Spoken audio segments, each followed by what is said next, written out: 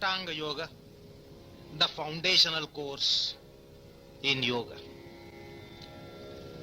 Ashtanga Yoga, according to Patanjali, is the yoga of neophyte, beginner yoga sadhaka. The sadhaka on the level of neophancy. On the level of proficiency, it becomes Kriya Yoga. Tapaswadhyaya Ishwar Pranidhanani Kriya Yoga. So on the level of proficiency, the same yoga becomes Kriya Yoga. And on mastership, it becomes Samadhi Yoga or Dhyana Yoga or Abhyasa Vairagya Yoga of first chapter of Yoga Sutra. The beginner in yoga draws the alphabets of yoga and adhyatma through Ashtanga Yoga. And this Ashtanga Yoga comes in the later part of Patanjali Yoga Sutra Sadhanapada, second chapter. One should not get bewildered to know that the neophytehood lasts for several lives. As the Bhagavad Gita puts it, Aneka janma samsiddhau tato yati param gatim. Yoga sadhana is a practice of several lives. It is not a course of few years, few decades, but it is a course of few lives. So the neophytehood of yoga, however intense the sadhaka might be, however vehement the sadhaka might be, it lasts for several lives. The second phase of yoga begins at Kriya Yoga. It comes for one who is qualified for Samadhi. And this is instructed in the initial part of the second chapter of Yoga Sutras, the Sadhana Pada. The final phase is Samadhi Yoga, which comes in the Samadhi Pada, the first chapter of Yoga Sutra. It is also called Abhyasa Vairagya Yoga, or it is called Pranava Yoga, or this is also called by modern writers on Indian philosophy, spearheaded by Swami Vivekananda, as Raja Yoga.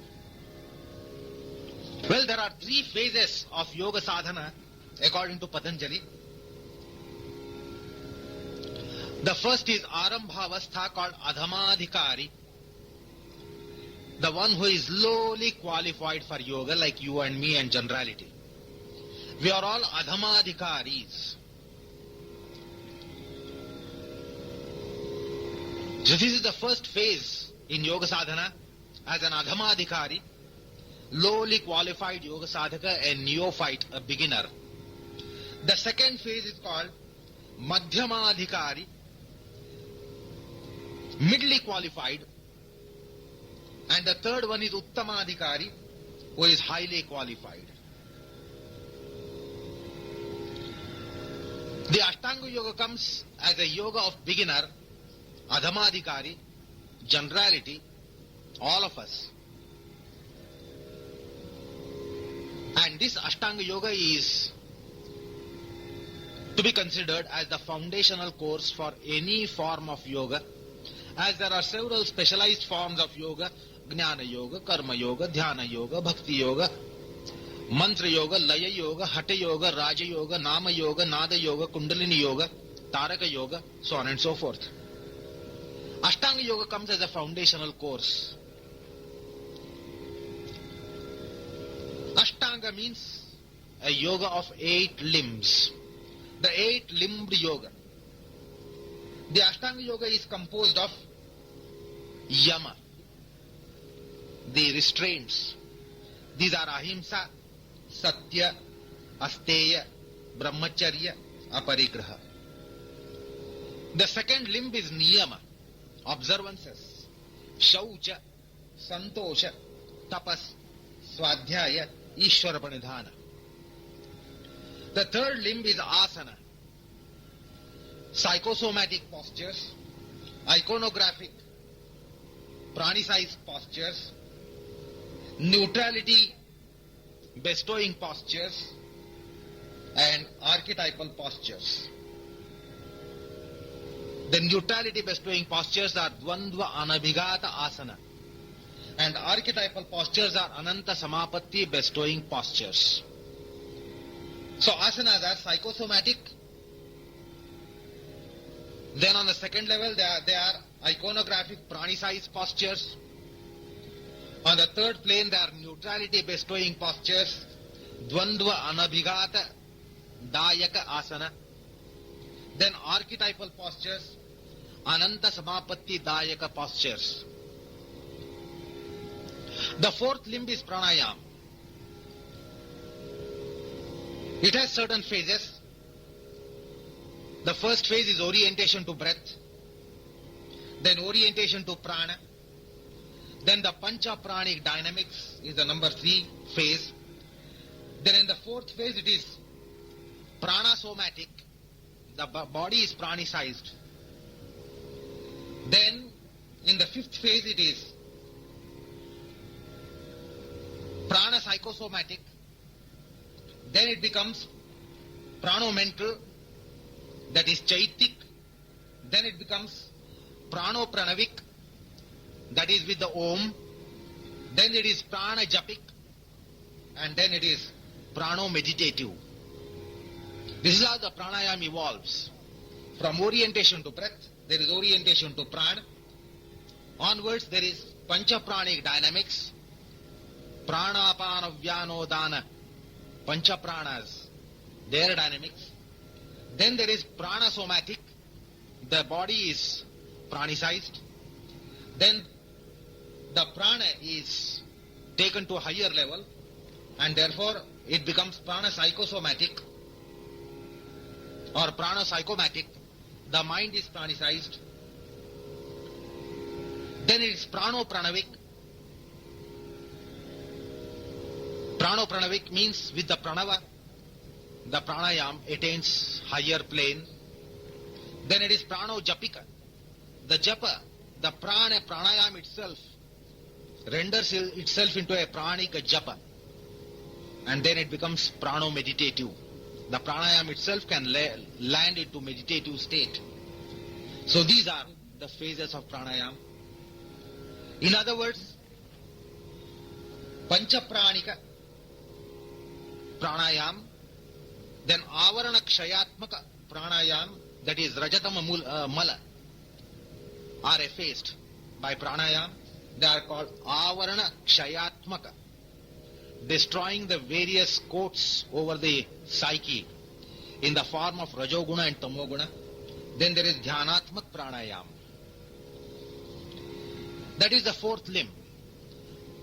Pratyahar is the fifth limb. The pratyahar is on two phases. The non-yogic restraint of senses. This is the pratyahar during the business phase of life.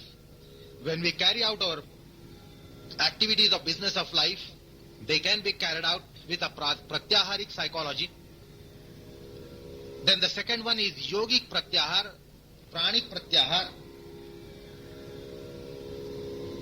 During the practice of yoga sadhana, during the asana, during the pranayam, during the dhyana japa, there is a phase of pratyahar which is the second type. So non-yogic pratyahar and yogic pratyahar. The yogic pratyahar is pranic, and there is a pranic restraint of the senses.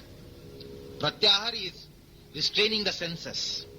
So during the yoga sadhana there is pranic restraint of senses, there is mental restraint of senses. So it is pranic pratyahar, chaitik pratyahar, samskarik pratyahar. It is also the pratyahar of samskars on the plane of samskars. The sixth limb is dharana, the seventh limb is dhyana, and the eighth limb is samadhi. And these dharana, dhyana, samadhi are on mental plane, pranic plane, chaitik plane, samskarik plane, and yogic plane. So these are the 8 limbs of Ashtanga Yoga.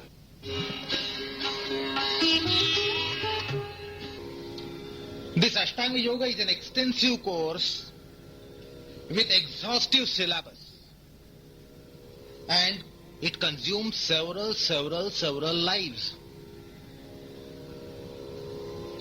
This is a course of lowly qualified adhamadhikaris, you and me, all the commoners. The second level is Kriya Yoga. It does not have the 8 limbs, or it does not have even the 3 limbs.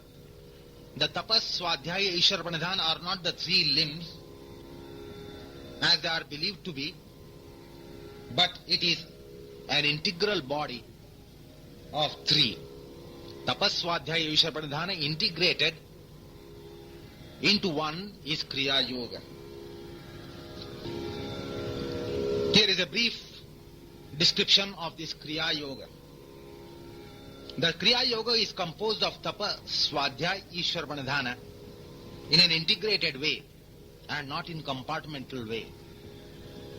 And this Kriya Yoga is such that it serves as avidya pratishedhaka, asmita pratishedhaka, raga pratishedhaka, dvesha pratishedhaka, abhinivesha pratishedhaka, meaning countering avidya, countering asmita, countering raga, countering dvesha, countering abhinivesha, meaning countering nescience, countering ignorance, then countering I-ness, pride, ego, self-conceit, then countering attachment syndrome, then countering dvesha syndrome, that is aversion syndrome, and then countering the self-benediction or self-clinging. In other words, it means that avidya pratishedhaka jnana yoga, asmita pratishedhaka karma yoga, ragadvesha pratishedhaka dhyana yoga, abhinivesha pratishedhaka bhakti yoga. So the Kriya Yoga is composed of essential Jnana Yoga to counter avidya, essential Karma Yoga to counter asmita, essential Dhyana Yoga to counter attachment aversion syndrome, and essential Bhakti Yoga to counter the self-benediction or the tendency of clinging. So Kriya Yoga is in a way a composite form of essential Jnana Yoga, Karma Yoga, Dhyana Yoga, Bhakti Yoga. And Kriya Yoga is the one for middle qualified, Samadhi qualified yogis. And these yogis are accomplished in the earlier phase of yoga, which is Ashtanga Yoga. And the sadhaka or his yoga gets transmuted into Kriya Yoga. The same sadhana, Ashtanga sadhana, when it goes to the plane of accomplishment, on the plane of accomplishment of it, the same yoga gets transmuted, transformed into Kriya Yoga. Kriya Yoga is not altogether different than Ashtanga Yoga. It is the Ashtanga Yoga of an accomplished yogi. The yogi who is fully evolved.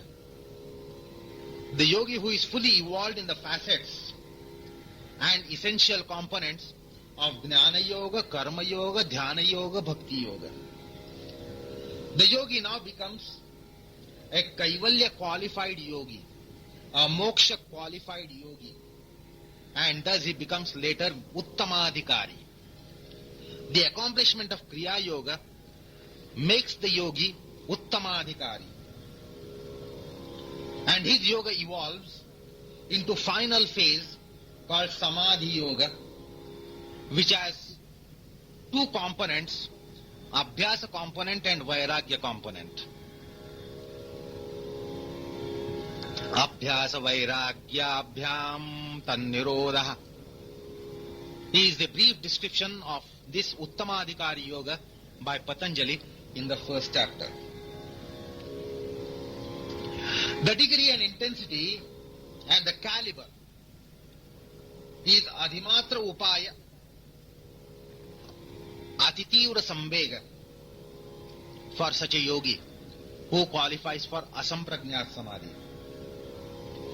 The other side of the coin of this Adhimatra Upaya Atitivra Samvega, the other side of the coin of this intensity is Ishvara Pranidhana. This is why it can be called as Pranava Yoga. It is a yoga of Pranava. It is Omkara Yoga. The limbs of this yoga are of the nature of Abhyasa Vairagya. This sadhana of Uttamadhikari comprises of and heads towards number 1, Chitta Parikarmopaya. Chitta Parikarma Upaya. Then Abhimata Dhyanopaya. Then Pranava Japa. Pranika, Pranayamika, Dhyanika, Pranava Japa. Then Pranava Dhyana. And then Pranava Samadhi. Then Adhyatma Prasada. Then Rutambhara Pragnya. Then Samskara Shuddhi. Then Samskara Nirodha. Then Klesha Nasha. And then Krutarthata. Then Pratiprasava. And then Kaivalya. So these are the phases of Uttamadhikari Yoga culminating into Kaivalya. Listen to these phases once again. The Uttamadhikari's yoga begins with Chitta Parikarmopaya, mentioned by Patanjali in the first chapter. Then Abhimata Dhyana. The third phase is Pranava Japa. The fourth phase is Pranava Dhyana. The fifth phase is Pranava Samadhi. The sixth phase is Adhyatma Prasada, coming out of Samadhi. The seventh phase is Rutambhara Pragnya, unique faculty which the yogi develops on account of Samadhi. Then on the eighth phase, it is Samskara Shuddhi. Then on the ninth phase, it is Samskara Nirodha, Antima Samskara Nirodha. And thereafter there is Klesha Nasha through Dharma Mega Samadhi in the 10th phase. Then in the 11th phase, it is Krutarthata. And then in the 12th phase, after Krutarthata, there is Gunanam Pratiprasava, reversal of gunas. And finally, in the 13th phase, it is Kaivalyam. So these are the 13 phases of Uttamadhikari Yoga. Patanjali presents a 3-level yoga, a 3-tier yoga. The first one is neophyte level, the second one is proficiency level, and the third one is final level. The neophyte level is an extensive and an exhaustive course of several lives, and it is the foundational course for all the forms of yoga.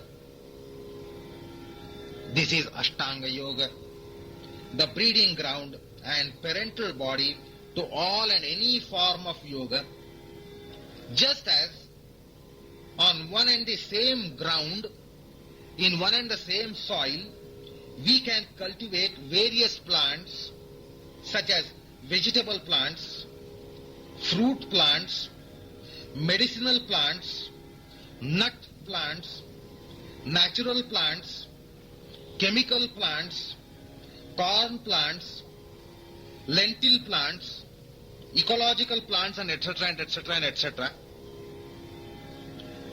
And any form of vegetation is sourced, is grounded, is rooted in the very same soil.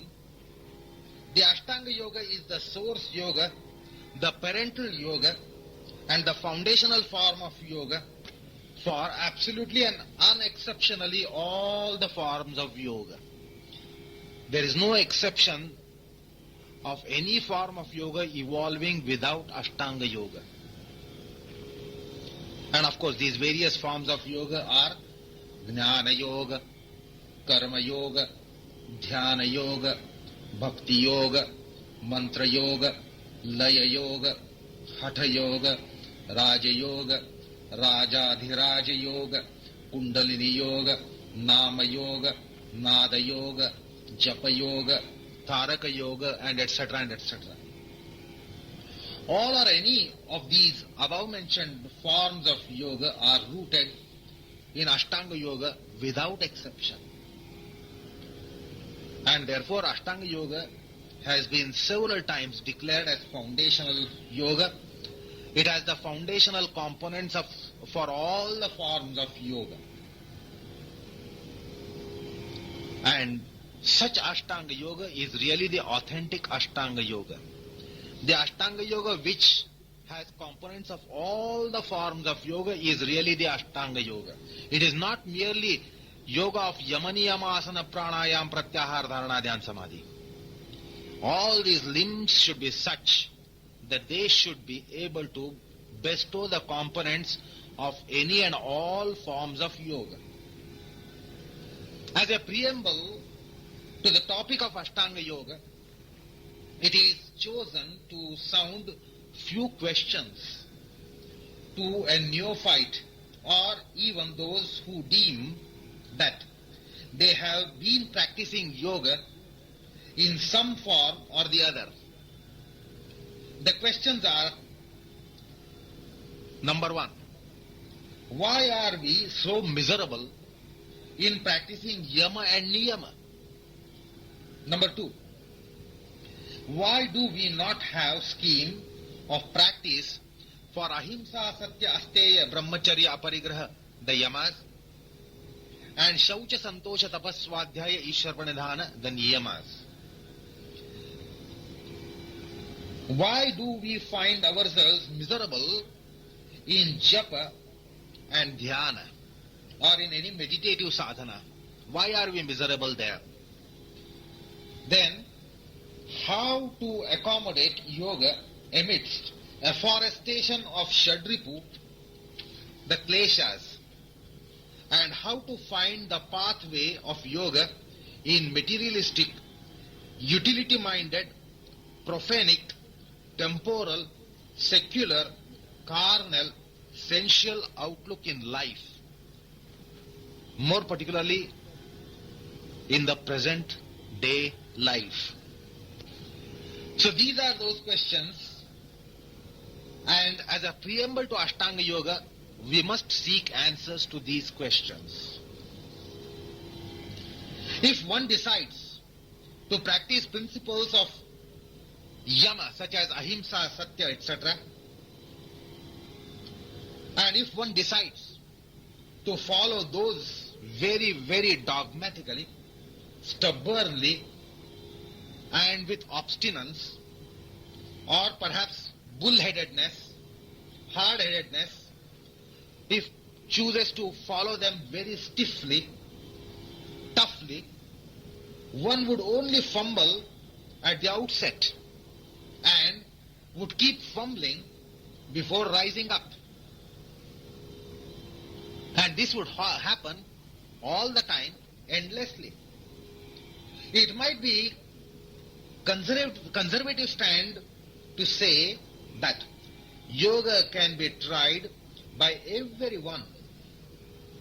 We come across people today telling us that yoga can be done by everyone, but it is not meant for everyone. Everyone can be doing it, but it is not meant for everyone. They advise the instruction of yoga demands a particular and peculiar culture of mind, peculiar mindset. Those whose mindset is rooted in Vedic fiber, Sanatana Dharma, those who have Vedic parampara behind them and those who believe in Vedic parampara, those who have faith in Vedic parampara, those who hold aloft Vedic parampara, they have a peculiar mindset. And those who want to inculcate noble Vedic principles, those who have reverence for Vedic values, can be taking up yoga with suitable aptitude. These are the suitable ones, the most suitable ones, although yoga might be taken up by anyone and everyone. But those who have reverence for Vedic parampara, those who are following Vedic parampara, those who have inclination and disposition for Vedic parampara, those who are gravitating towards Vedic parampara are the most suitable ones. They have a suitable aptitude for yoga. They have suitable aptitude to receive the instructions on yoga. Those who have profanity and disregard and disrespect and despise for Vedic values and Vedic paramparas will make their pursuit with little success. Patanjali certainly instructed yoga and taught yoga to a certain and peculiar mindset. And that mindset was influenced by Vedism and Vedantism.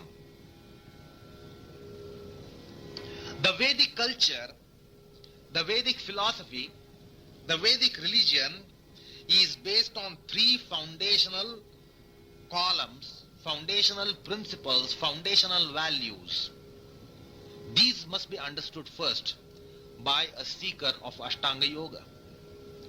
These are the basic values, and belief in these values, reverence for these values, and the aptitude and attitude to practice these values, inculcate these values, can only make a sadhaka an Ashtanga sadhaka. What are these three principles? Yajnam, Danam, Tapam. Yajna, Dana, Tapa are these three principles. Inculcation of these principles is vitally important for Ashtanga sadhaka. The inculcation of the principle of sacrifice is the principle of yajna. The second one is inculcating the principles of gift, dadanam. And the third one is inculcation of the principle of austerity, the tapas. They are implied in yoga sadhana. When these principles are inculcated, the ethico-religious principles of yama and niyama become natural and spontaneous as well as organic. Otherwise they are merely commandments, they are merely moral ethical principles. But when yajna, dana, tapa are inculcated, then these principles, ahimsa, satya, asteya, brahmacharya, aparigraha, shaucha, santosha, tapaswadhyaya, yushar, pranadhan, they all become spontaneous, they all become natural, and they all become organic. Since the modern man and an un-Vedic minded man is divorced and is averse to the principles of yajna, dana, tapa, the modern man, the profane, the material minded, the so-called intellectual rational, he is divorced from yajna, dana, tapa, or he is averse to yajna, dana, tapa. Thus the yama niyama becomes hard and unnatural. They just remain as ideals. They become ideological values. The yoga or adhyatma instructs yama and niyama with implied purport of yajna, dana, tapa.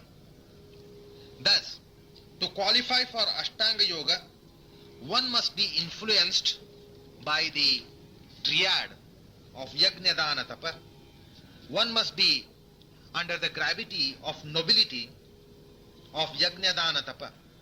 And without these principles, yama niyama is a semblance. So if you want to visualize the structure of yoga, the mansion of yoga, at the foundation, there are three blocks of the nature of yajna, dana and tapa.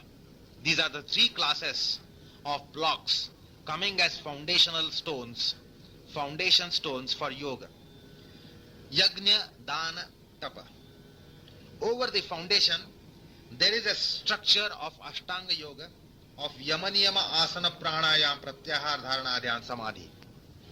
That is the ground floor on this foundation, and this ground floor gets raised up higher into four compartments of Jnana Yoga, Karma Yoga, Dhyana Yoga and Bhakti Yoga. And then it tapers upwards towards Kaivalya and the Nirvana. So this is the mansion, the foundation, the first floor, the second floor and top floor. Is yoga meant for all? The answer is all those who accept, all those who inculcate, all those who advocate the yajna, dana, tapa principles of Sanatana Dharma, which constitutes the Manava Dharma, Manu Dharma, qualify for Ashtanga Yoga. Manava Dharma, the Manu Dharma, is the religion of man. And those who believe in this religion of man, Manava Dharma, are qualified, and others can begin but get only qualified after effective practice, effective instructions, effective guidance from the teachers. And of course, the teachers have to qualify them to embrace the principles of yajna, dana, tapa at some point of time, which qualifies them for Ashtanga Yoga. The answer to the question as to why we are miserable and why do we miserably fail in yama niyama and japa dhyana aspects of yoga, it is because our mind does not have sufficient particles of yajna, dana, tapa. These components have a dearth. There is dearth of such components in our mind, in our mindset. So we have to work for profusion of these components, component of yajna, component of dana, component of tapa. Then we qualify ourselves to practice the principles of yama and niyama quite naturally and organically and spontaneously. So also we render ourselves fit and successful for practices of japa and dhyana. Otherwise, we are miserable there. Now the question comes up, what is the principle of yajna and what is the principle of dana? What is the principle of tapa? Let us try to understand the principle and the value of yajna.